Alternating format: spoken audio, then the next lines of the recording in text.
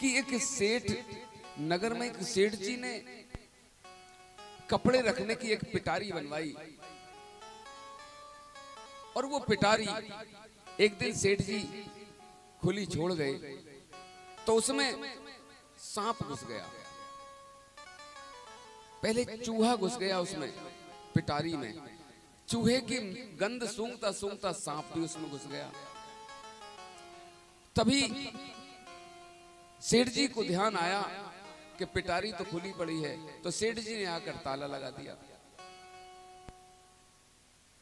अब चूहा और सांप दोनों पिटारी में बंद। चूहा सांप से को देखकर थर थर कांप रहा था। तभी सांप के मन में एक विचार आया कि अगर मैंने इसे खा लिया तो इस पिटारी में मैं भी मर जाऊंगा, इसलिए बुद्धि से काम लेना चाहिए।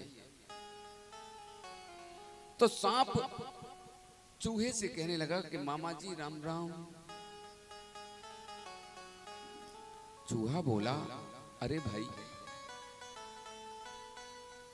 तुम हमारे भांजे कब से बन गए?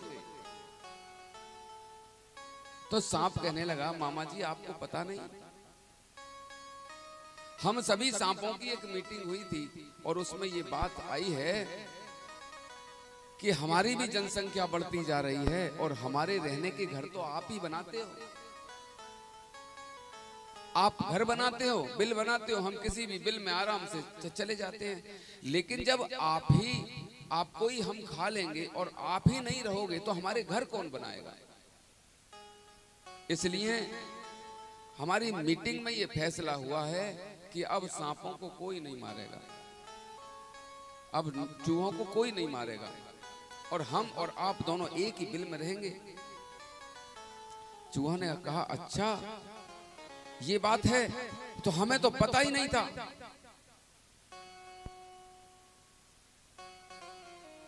तो कहने लगा कि मामा जी आजकल तो सब स्वार्थ का जमाना है, क्या करें, थोड़ा स्वार्थ था हमारा, इसलिए हमने सोचा कि चूहे को मामा बना लो। बोले ठीक है।